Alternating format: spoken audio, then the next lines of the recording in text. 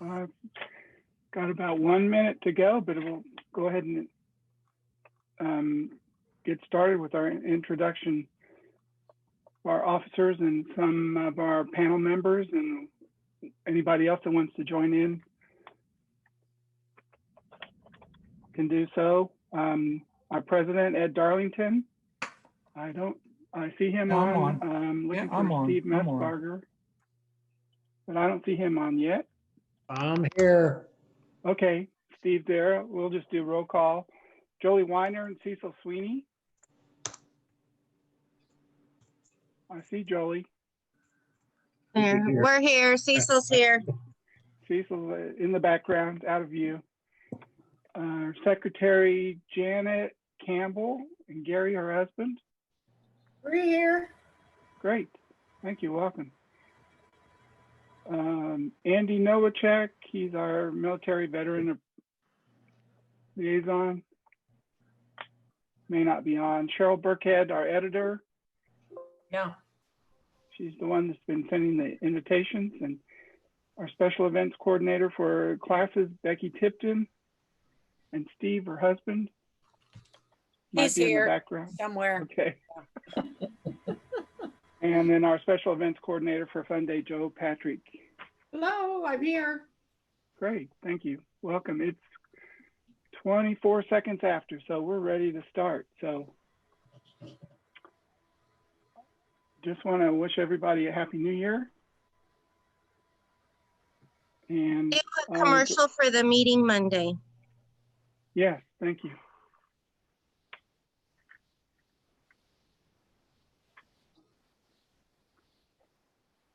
So first up, we have just to announce our monthly meeting. Today is the Q&A meeting, which we have on generally the first Mondays of the month. And the next month will be our monthly meeting, also via Zoom, same time, 7 o'clock. Our special guest speaker will be Larry Connor from Kalamazoo, Michigan. It'll be 8 o'clock his time. He's in a different time zone, but he's got a lot of specialty books. If you would like to take a look, you can go to his website, wickwith.com. That's the name of his business. So That's next Monday. Great, Next Monday. great books. If you don't have them, you should get them. we have a lot of them in our library, but since we're not meeting directly in person, this would be a good place for you to get them. And with that, I think we'll start with our first question. And that came in from Timothy Martin. He's a brand new member.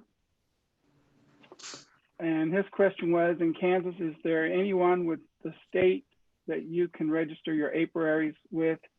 And does Kansas require inspections? And we've got a few people that could answer that. And I believe that would Jim Kelly's on. Picked on, good idea, Jim Kelly.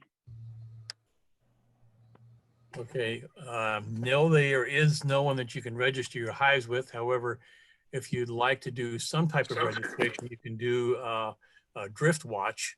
I don't have that internet site, but I'm sure somebody here can come up with that one. You can register them there.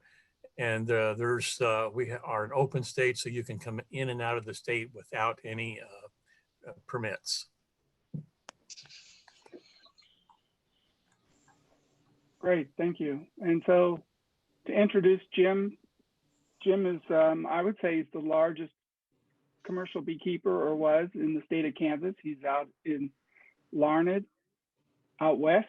He has a different perspective on things since he's so far out there. So thank you, Jim. Glad you could join us. Somebody already put that address in the chat box, so we've got that drift watch information there. One of the things that Jim said is that Kansas is a free state, you can move in and out, unless the state you're moving to requires an inspection. And I think Jim's had a little experience with that too, trying to get that inspection done for people who wanted to move to a state that did have inspections. tricky. Just a little bit of information that we worked on this week. The state actually has a person that is in the entomology department, Dr. Teo, I believe it's called. He will come out and do inspections for those going to someplace, other state that requires it, and do that. You'll issue a health certificate. It's not exactly a permit, but it's a health certificate. So we now have a person at the entomology department that will do that for us. Is that a state department or with the university? It is a state department, yes. I have his phone number as soon as I get hold of the state again to see if we can get, one I've got is the private cell phone. So I would get Cruz's Fido, I put that one out.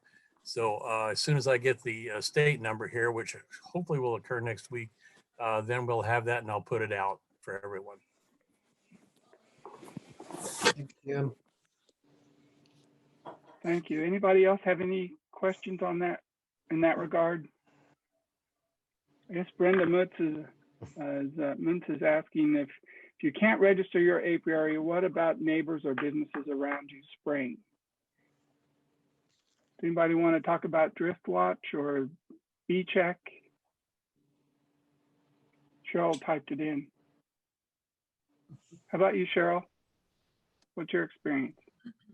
You can register your hives, but the problem is you've got to, the farmers or the pesticide or herbicide applicators that most of the farmers contract with have to get on that site. And I'm not sure that there's that many that consult that site before they spray.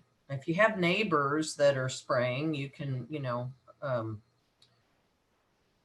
let them know that you have bees, share some honey with them, tell them that you would appreciate that they let you know before they spray, and just a little education can go a long way. So you get further being nice with them than you know, getting upset with them. It's lots of times they just really don't understand, and so a little education would help to help with that. But I have hives listed on Drift Watch. You know, I don't know if the applicators really watch that site all that much in our area, but I might make a suggestion too, that back in the day when I did a lot of hunting, I could go to the county. I think it was the county, and they would give you who owned all the land around whatever area you were looking at. right. My suggestion would be, if you're worried about pesticides and spraying and all that, to get that and go around and ask the farmers personally, hey, could you let me know, or what are you doing? How are you farming? I mean, those are the things that you're probably going to get a better assessment of what your bees are going to be getting into. And I don't remember, maybe somebody can tell me, because it's been a long time. That information, You know that all the property has people that own it, and you can get that information. you can get it off of the county site, Steve. They've got that for tax purposes. You can find your landowner. Yeah. And I did that because we have some that aerial spray that I'm going to be putting hives at. We have some that aerial spray, some of them that actually go in by helicopter instead of plane, some that, you know, use the applicators on the ground. So it's kind of nice to know what they're planning and what their routine, their spray routine is, so that you can be prepared before you even go in there. And also, you know, grab a couple of 1 pound honeys or something. Yeah. Go around to your neighbors and say, hey, look here, you know, here it is. We do a lot of things with our neighbors and give them eggs and honey, and we go, hey, if you ever have a problem, please call us.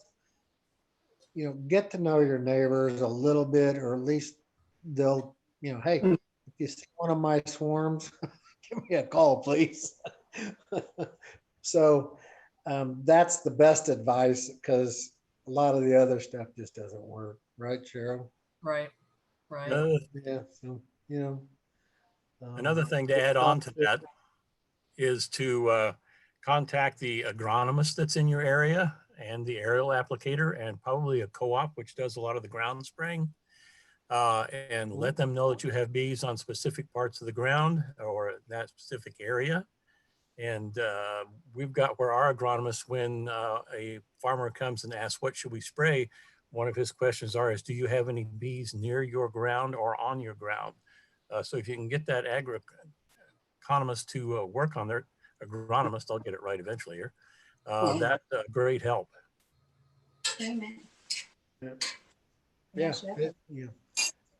I think you're better off, like Jim said, do your own homework. Don't let everybody else do it, and go around and talk to those people, and you'll get a lot better results, I think.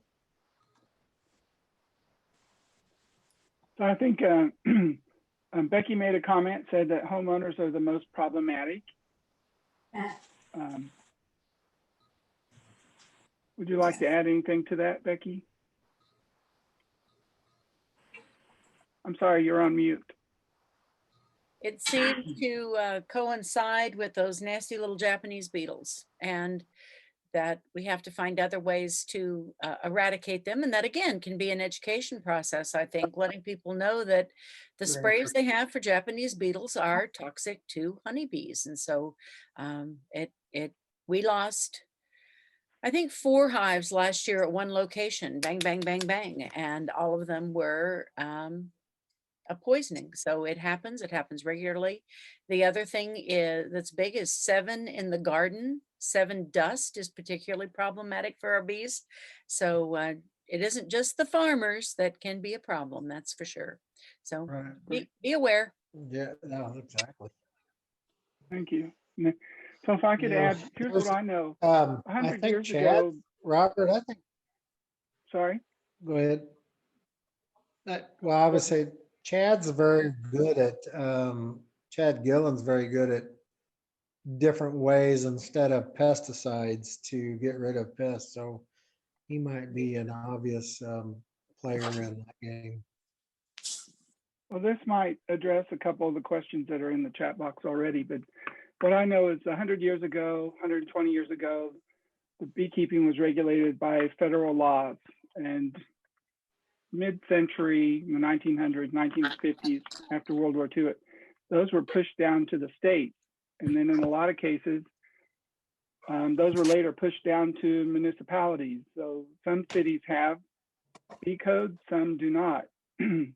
So just check with your city, and that would help you if you know if you've got regulations or not. A lot of cities actually do not have any regulations regarding beekeeping.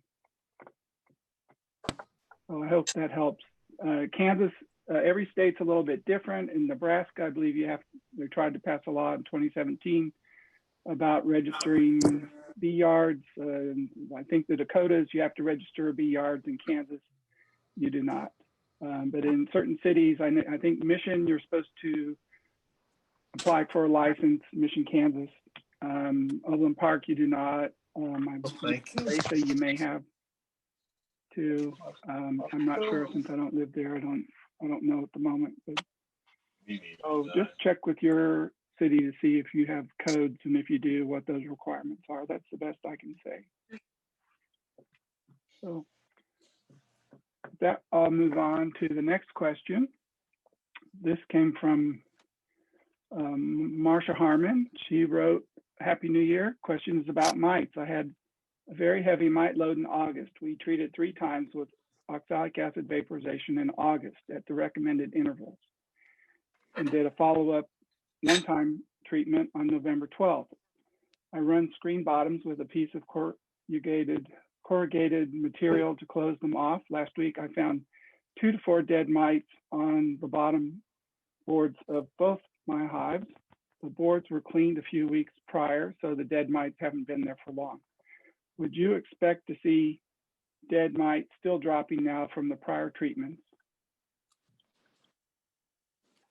Or do I still have mites in winter? Yeah. So she's saying that, she's not sure what happens in the winter with the mites. Are there some still around? And if we could cover this tonight, that'd be great. Cheryl, would you like to address? I wouldn't get too concerned over seeing 2 to 4 dead mites. I mean, she's assuming that they died recently. They could be still, I suppose, dead and have fallen on a, you know, some of the comb and are just getting dislodged and fallen into that bottom board. We've had a really mild fall as well. So if you've got anybody that's a beekeeper that might have colonies collapsing around you, I suppose they could still get in and rob out other colonies too and bring home new mites. And if you still had brood, I suppose November 12th with your last mite treatment with oxalic acid, you could still have some mites under the capped brood that might not have been affected by the oxalic acid. I wouldn't get too excited over just a few. You usually don't always eradicate all of them. We try to with a cleanup in the fall. It's not always 100%. Thank you. Anybody else like to add to that? Cheryl's exactly right. I think that for your own peace of mind, maybe when you can get in early spring, you'd want to do a mite check. Make that an early priority for your hives this year. Usually when we do that late fall treatment, we have very clean hives in the spring, but you have a concern. So go ahead and check and see what you got. And that would kind of answer it. But I'm with Cheryl. I don't think that 2 to 4 right now is something that I'd go, oh baby, you know, we got a problem. But at November 12th, she's also right. You could have still had brood. It was kind of an odd fall. Yeah, and like we've said, if you have bees, you have mites. That's you're not going to get rid of all of them, I don't think. I wish we could.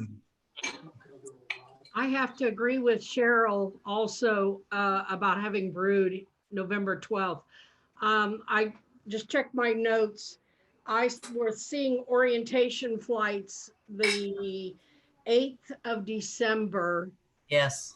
And so if you do the math and go back 3 weeks, they were under capped wax. They were in cells 3 weeks earlier. So yes, she probably still did have some brood in her hive on the 12th.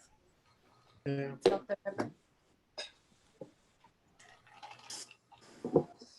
Everybody has a different opinion, kind of, don't they? Well, I think general consensus is I felt a little better now, pretty miserable yesterday and today. Sorry, who's adding to that? Go ahead. Yeah, okay. Well, I thought all the opinions were pretty close to the same. Basically, not to be too concerned about it right now. So, and we did have brood. Every year is a little bit different. So Marcia added on to her question saying, I guess that was the part she wanted answered. Do the mites survive the winter with the bees? Oh, you betcha. Oh yeah. Yeah. But they're not There's breeding. a lot of fat because to eat there.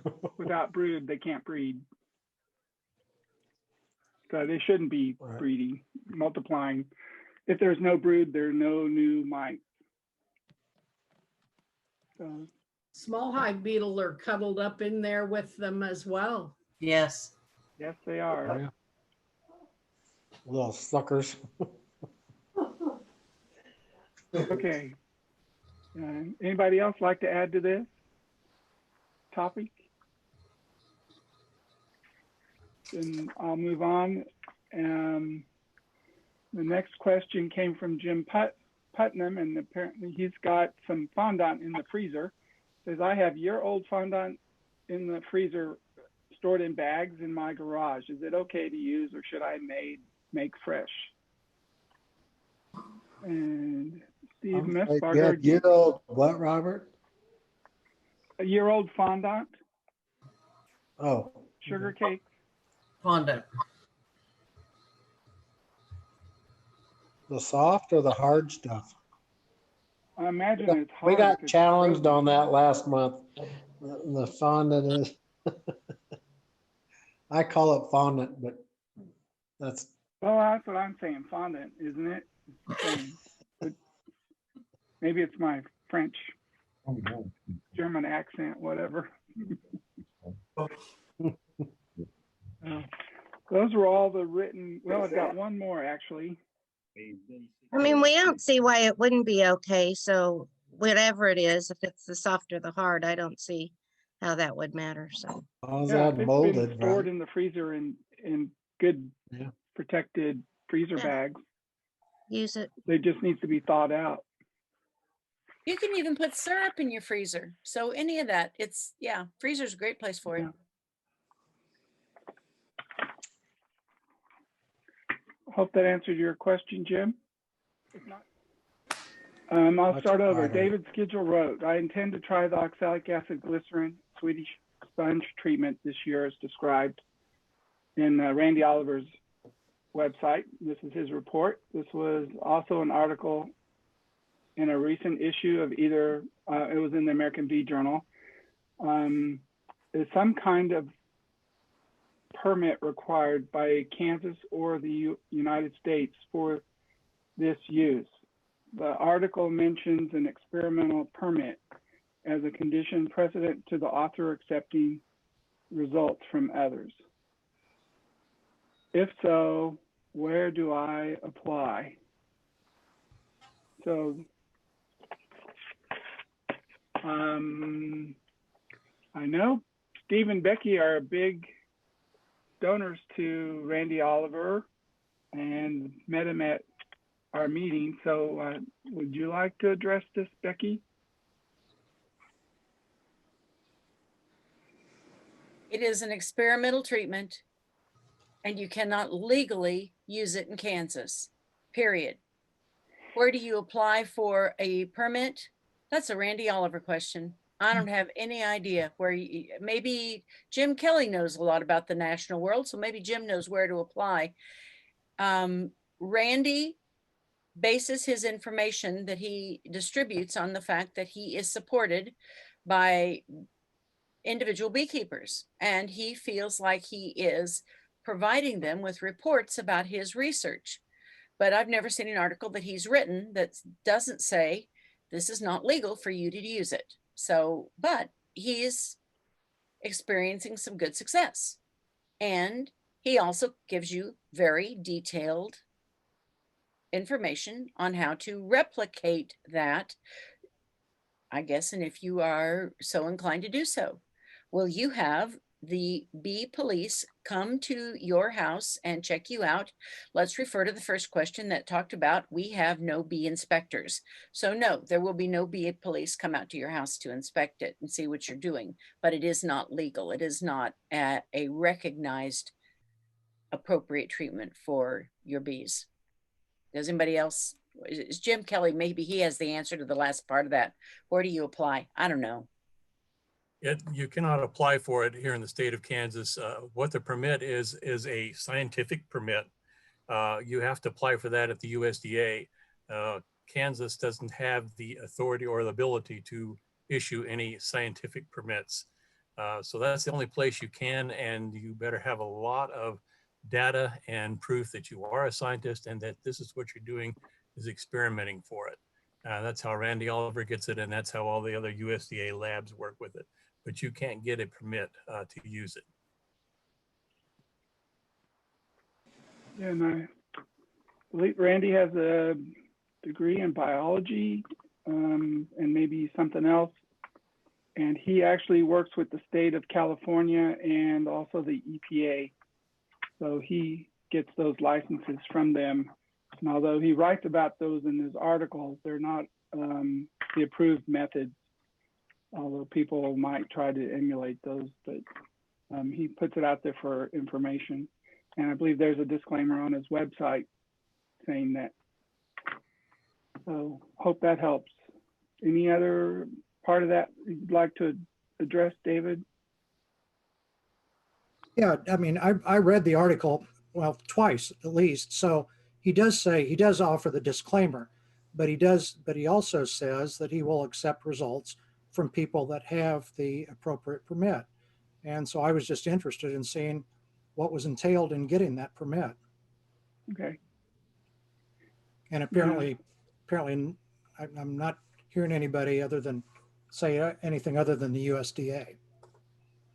Yeah, I don't know how we'd get that through the state of Kansas for sure, but other than that, you'd have to go somehow through the federal government, I believe. Okay. I mean, if you're associated with the university and have some degree, I believe maybe perhaps a doctorate in, and usually with some group, they do experiments, but I don't know of anybody else that's been experimenting with this particular oxalic acid experiment, so for that treatment. So I hope that helps. The other thing I would with mention, that, if I could mention that Randy is really working hard to get this all the data in line so that he can go through the EPA and the USDA and have that approved. And it's just each year is a little bit step closer. So he isn't that far away from getting it approved, and then everybody will be able to use it.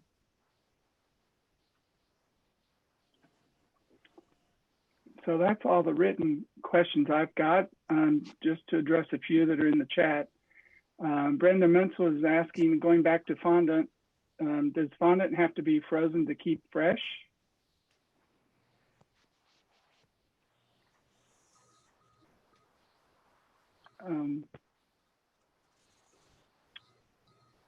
Would Steve Messbarger like to address that?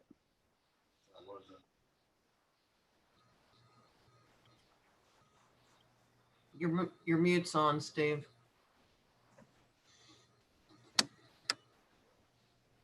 Right now, my fondant or my candy boards or whatever, it's right now it's where it's cold and cool and in the shop. If I was going to store it over the summer, I would say freeze it or keep it where it's really cool.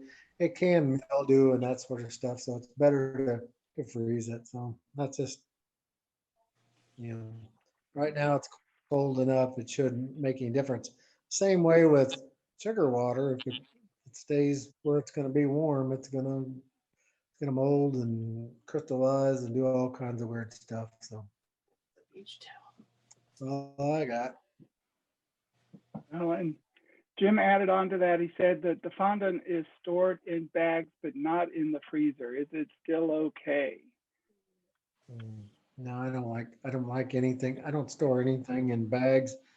Even our dead outs and that sort of stuff should be kind of where there's a little bit of circulation through it. It creates moisture and humidity and all kinds of things. So that's just my, I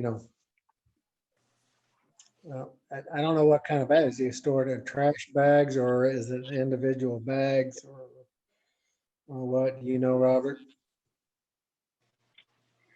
I don't have any experience, but it is a food. So I would say, if you're going to keep it long-term, put it in the freezer. Yeah. I wonder, moldy. Here underneath the nightlight.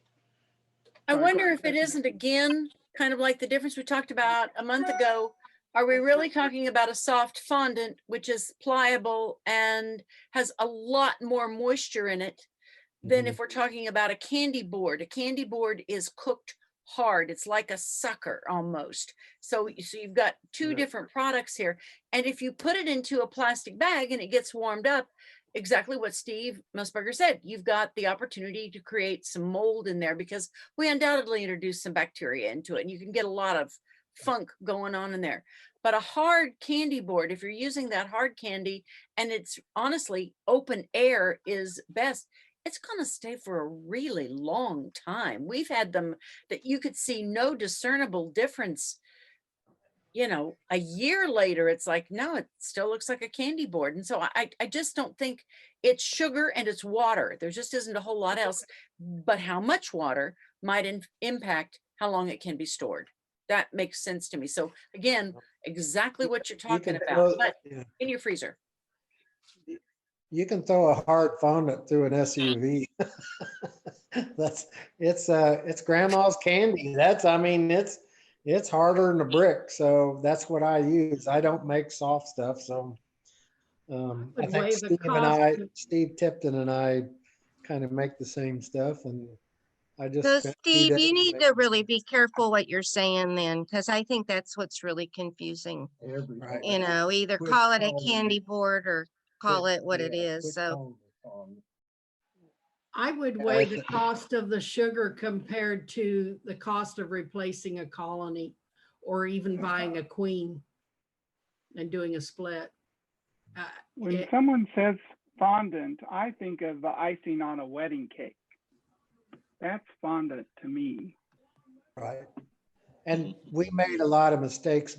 I call the hard candy fondant. I don't know why I do that, but I just do. There's two differences, the soft stuff and the hard stuff. That's kind of where we're at. Right.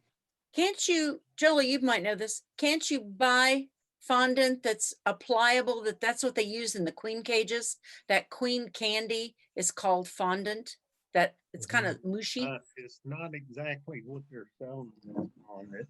Yeah, but you can buy it like from the queen breeders buy it and stuff, or they make their own, but yeah. Is that fondant? Seesaw, is that fondant? Is the soft stuff?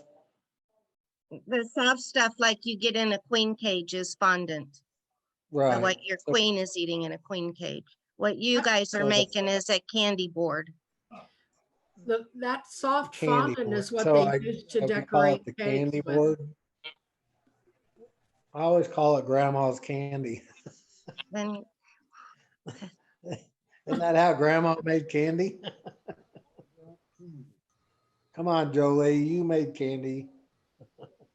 I don't, but Cecil does. All right, Cecil, you're on.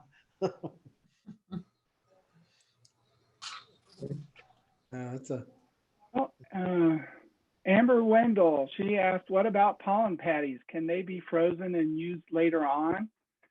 And for the sake of time, I'll just say yes, that's how I would store if I had pollen patties, although I don't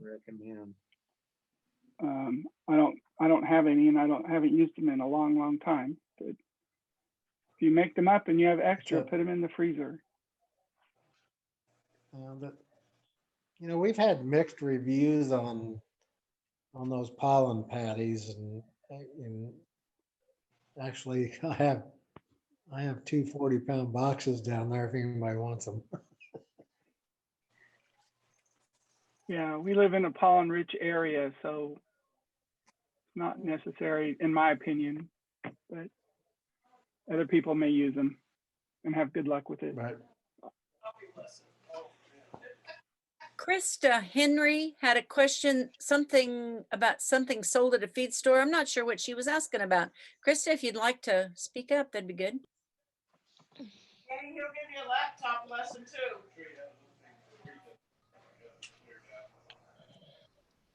Sign on, Krista. Can we hear you?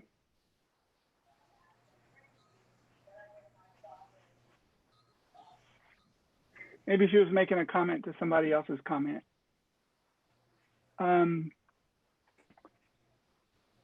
She isn't able to get on. I have a comment from Buck Bradley. He says he's coming from North Carolina and the state has a pretty robust master beekeeper program. What is the program that covers Kansas? I know Jolie and Becky are involved on the board. It's still coming along. Would either of you like to comment? And Jim Kelly too? Well, Kansas doesn't have a single extension person that has any relationship with honeybees. We do have some pollinator people. And we, as you've heard earlier, we have no state beekeeping inspection. So except for the people who are answering questions tonight, and none of us are paid, we have no paid staff in the state of Kansas that has anything in the world to do with honeybees, except the guy Jim just mentioned who would inspect your hives, but doesn't sound like he probably knows anything when he's looking in your hive. So that being said, Kansas does not have a master beekeeping program, but we are helping to support the beekeeping program that the Great Plains Master Beekeepers in Nebraska, that Judy Wu at the University of Nebraska Extension is getting started. So any additions? Well, Buck should introduce himself. Buck is going to move to Kansas this spring. He's coming from one of the Carolinas that I don't remember which one, but he's retiring military and has about 17 hives right now, but he's coming back to our area and is excited about getting involved with our group.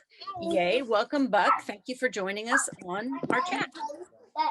Yep, thanks for having me. So yeah, I'm just trying to figure out, I know North Carolina's got a pretty robust beekeeping association compared to Kansas. So I'm just trying to figure out the ins and outs back home.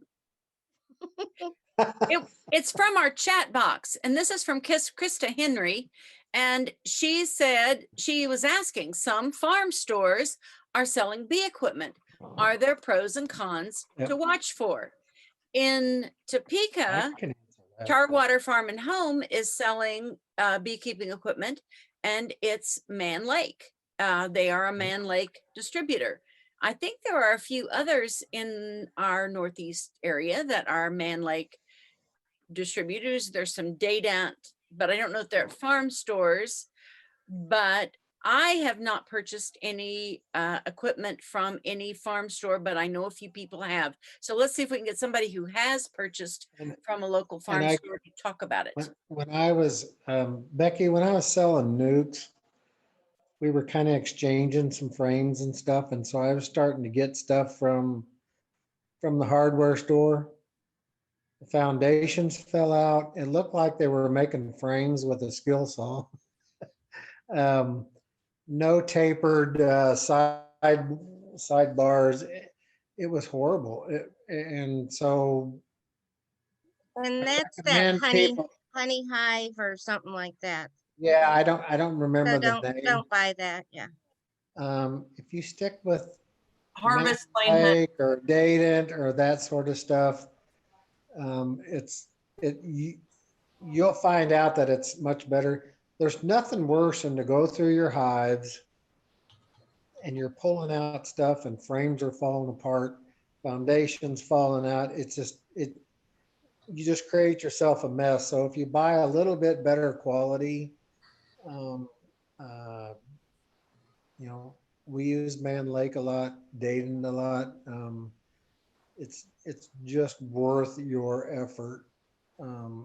Even if it's a fraction more money, I'd go for it.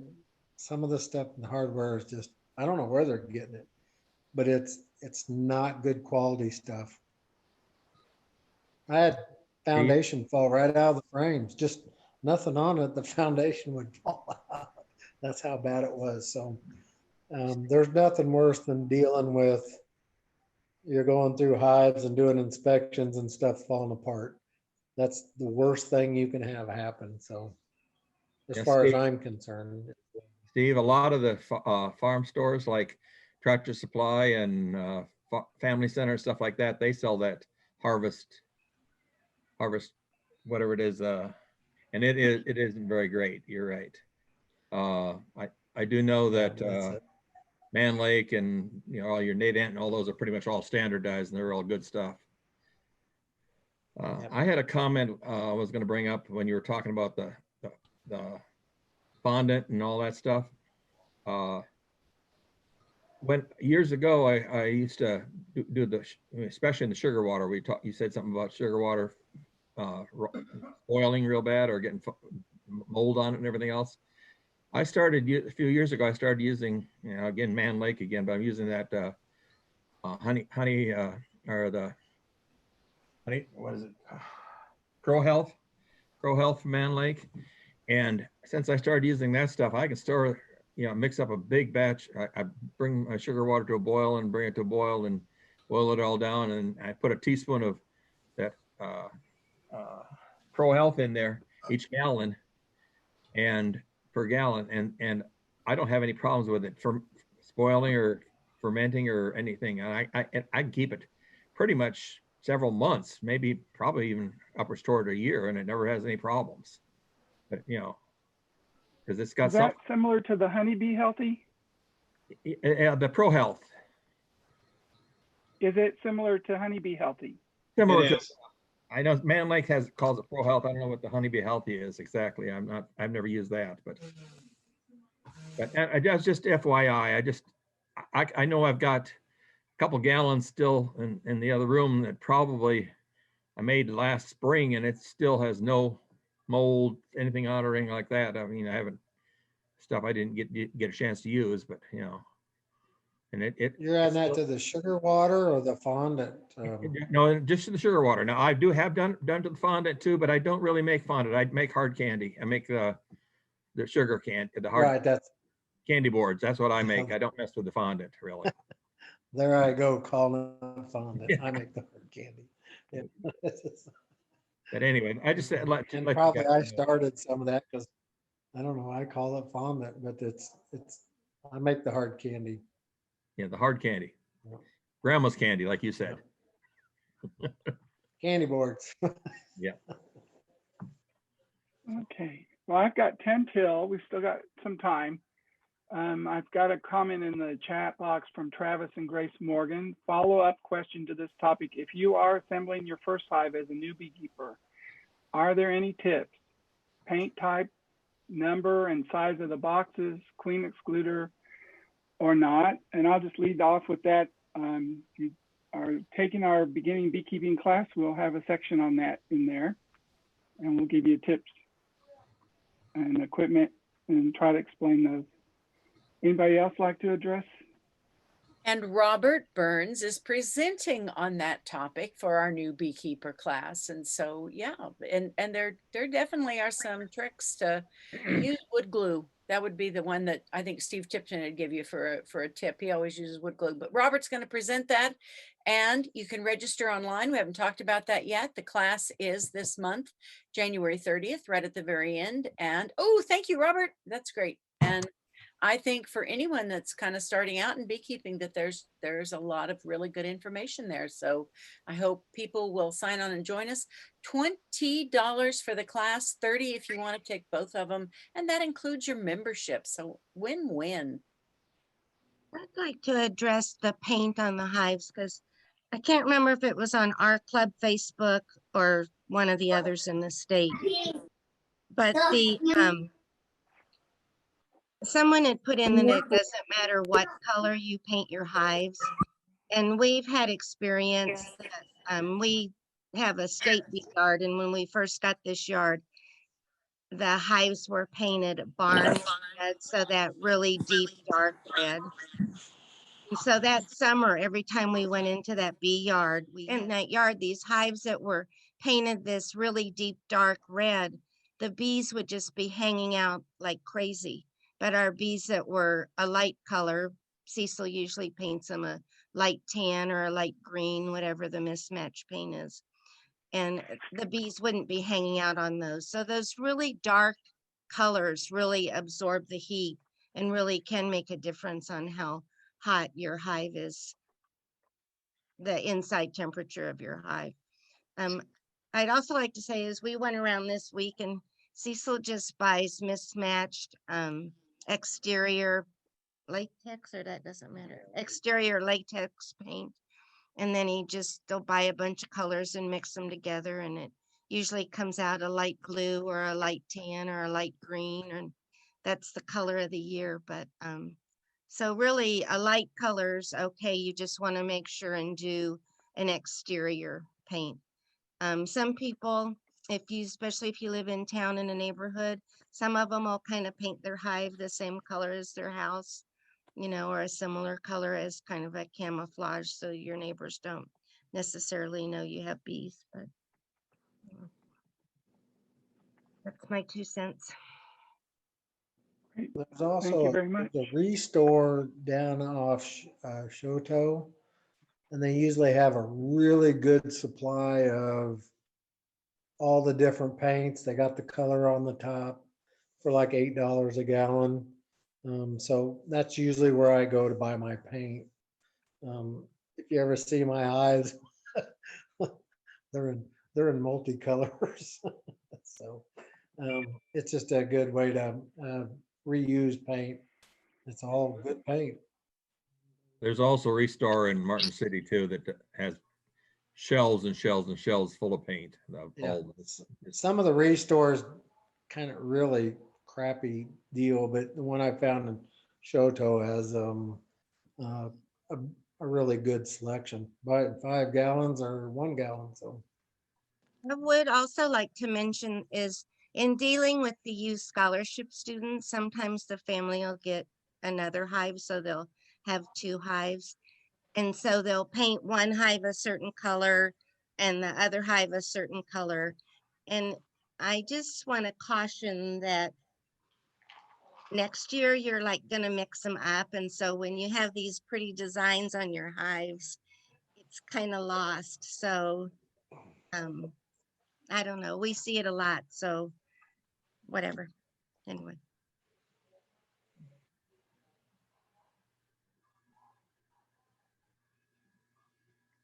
Great. Thank you. I don't know if we have anything else. I don't see anything. One more. Really. hey, I've got something too. Go ahead, Becky. Okay. Well, this one is from Parker from our chat room, and he said, "What are honey bottles?"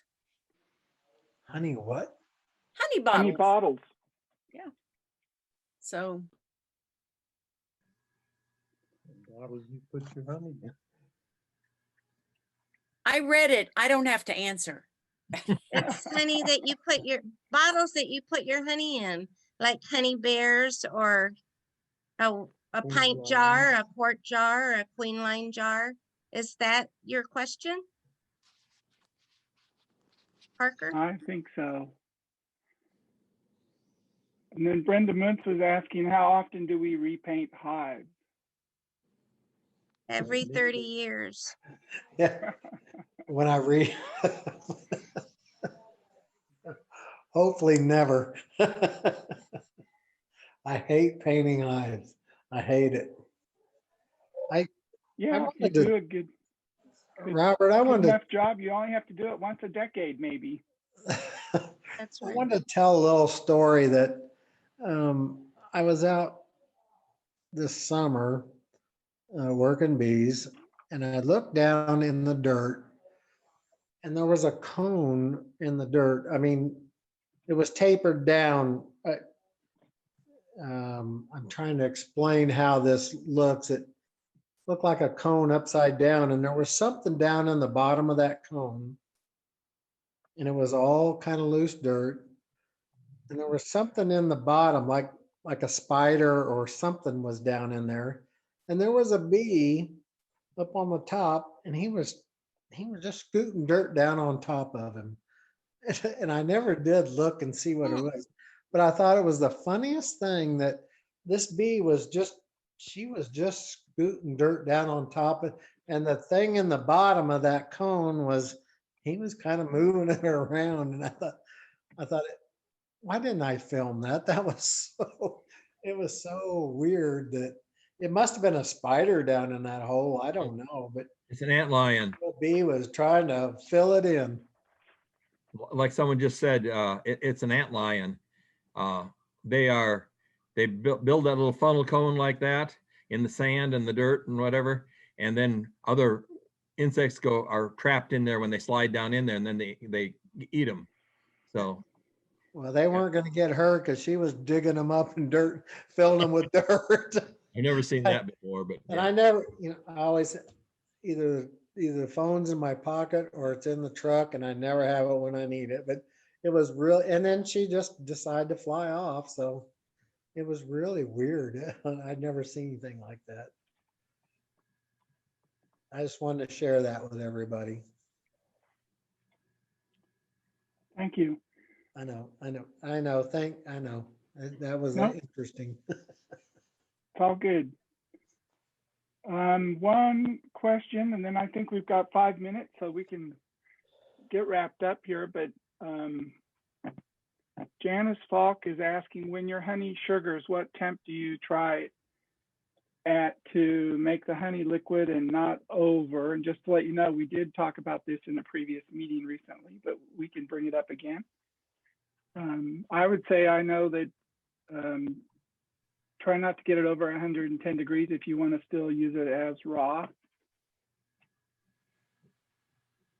And there are some stoves that have a setting, but you have to check each stove. It could be different. Marcia's stove, I think, goes up to 100 degrees. But anybody else have anything they'd like to add? 100 degrees won't decrystallize your honey, though. That's for sure. What do you, I guess, what are you making with, because when I make creamed honey, I raise my temperature up higher because I don't want any crystals into my honey, but that's, I think Christy and I have both talked as we run ours up to about 125 if we're going to make creamed honey. Other than that, if we're just bottling it, 100 degrees. Cecil, what do you do? So what do you do? About 110. Box refrigerator. He said, Cecil says about 110 in his hot box will decrystallize it. Okay. Will it that way? One thing you have to worry about when you do heat the honey is that at about 106 degrees, you start destroying the enzymes that are in the honey. And it's difficult. I realize that in a lot of the literature, it says 110. But if you, somewhere between 106 to 110, I wouldn't go any higher. Now, Steve, with you doing cream, that's a different product altogether. I wouldn't look at that as being, a requirement to keep all the enzymes that you have for raw honey. But yeah, the lesser temperature you can do with and still get it liquid is the way you want to go. I just wanted to. My bottling tank runs 100 degrees. That's all the higher I get if I'm bottling it. But when I do crystal or creamed honey, that's different. It's a whole different process. Right. Becky, you got anything? The other thing I'd like to make sure that everybody understands is I don't care whether you're a first year, second year, or 30th year, these classes are phenomenal. And I encourage everybody to sign up for either the beginning beekeeper, the year two and beyond. And of course, later in the year, we'll do the fun day. They're always good training experiences. And don't forget, next Monday evening, we're going to have our monthly meeting. They're turned out to be really good too. So I welcome everybody and hope you enjoy keeping bees as much as I do. Just to let you know, I certified naturally grown, which they certify organic. That's where I get my guidelines on. They say 109 degrees or less on warming your honey, and that will still be able to let you call it raw. So I'm just not making it up, just to let you know. What about organic, Robert? My honey's organic, isn't yours?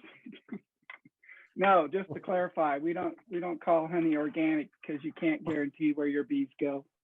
If your next door neighbor sprays fertilizer, herbicides, it's not organic, and bees go in a 2.5 mile radius, and you have no way to control what they're getting and where they're getting it from. So I tried to follow 30,000 bees out of my hive, and I was exhausted before I could figure that out. Tell them to stay home. I think that's all we've got for the evening then. One more question. This is about the classes. So I'm going to chime in real quick. It said, are the classes recorded? She has a baby shower that day. And yes, they will be recorded. You'll need to register to have access to those recordings, but you can watch them at your leisure then. So I wrote a little something for that, what I love about Zoom. And it was a little hard to think of the things. No, it really wasn't, because it is, part of it is you get your own chair, you can see everything, you can hear everything, and that's go back and look at a recording if you want to. So they will be available for both classes. Thanks for asking that, Abby. Yep. Thank you, Great Becky. And classes, then great one last question from Brenda, odd question. She says, do you need a license to sell your honey if not commercial sales? Cheryl, where are you? She may have fallen off. No, what are you picking on me for? You're the last one I wanted tonight. to see if your flowers were blooming yet. Oh God, my seeds are under the snow though. Yeah, I saw that. You have to have a commercial kitchen to sell commercially, put on a store shelf. Is that what the question was? Yeah, Do you need a license to sell your honey if not commercial sales? So in the state of Kansas, how can you sell your honey without a license? You can sell directly to the consumer. There you go. Farmer's market. You can sell directly to the consumer, but we don't sell in the stores unless you have a licensed kitchen.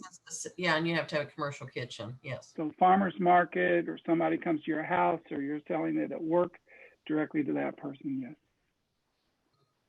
So I think that answered that. So also on that selling honey. Now I don't know about Kansas, but if you say under a certain amount of sales or some certain amount of money income or whatever, and I think in Missouri it's if you keep under 50,000 or something like that. Or Marty lives in Missouri. Yeah, I live in Missouri. So he's got different rules. Though. But yeah, I'm thinking. As a hobbyist, you wouldn't call yourself a hobbyist. Yeah, right? and as long as you don't add flavoring or anything like that, you're considered it's considered local, natural, or whatever, and you can sell honey in farmers markets and stuff like that. But if you add any flavoring or do anything special to it, then you have to have a commercial license. So, and it has to be prepared in a commercial kitchen too. So. Thank you, Marty. So we'll close with Nikki's comment. Last comment, Kansas taxes all honey sales, no minimum. So whether you're a hobbyist, a sideline, or commercial or professional, and as the treasurer, I have to recommend that you keep track of your sales and you record that as income, whether you sell $1 or more. You can use Schedule C, I believe, or you can use Schedule F if you use the farm, or you can use an LLC. But make sure you're recording and turning that in. So I've done my part. Hey, Robert, you might, before you sign off, go over our monthly meeting, who we got, and you're not going to beat Larry Connor for a meeting. It's just not going to happen. Yeah, so Larry Connor is going to be our guest speaker. He's going to be joining us from Kalamazoo, Michigan. He is an author, a speaker, a book publisher. He's been to a lot of the meetings. He's responsible for getting Jolie and Cecil together and married, although he didn't do the marriage. But they met at a conference. And so anyway, I met Larry in 2003 at the American Beekeeping Federation. And Becky has given a lot of talks at the American Beekeeping Federation, and Larry's brought us into the national group. So he's been a speaker at our state meetings and I believe at a few of our local meetings in the past. So we're really fortunate to have him along. He's going to be talking about what's causing our hives to die and identifying the cause, not just in the fall and the winter, but in the summertime too, and other parts of the year. So don't miss it next week, Monday night, same time as this one. So Same channel, same bat channel, same bat time. See you there. So, okay, thank you, everybody. All Have a right. nice evening. We'll sign off. Good night.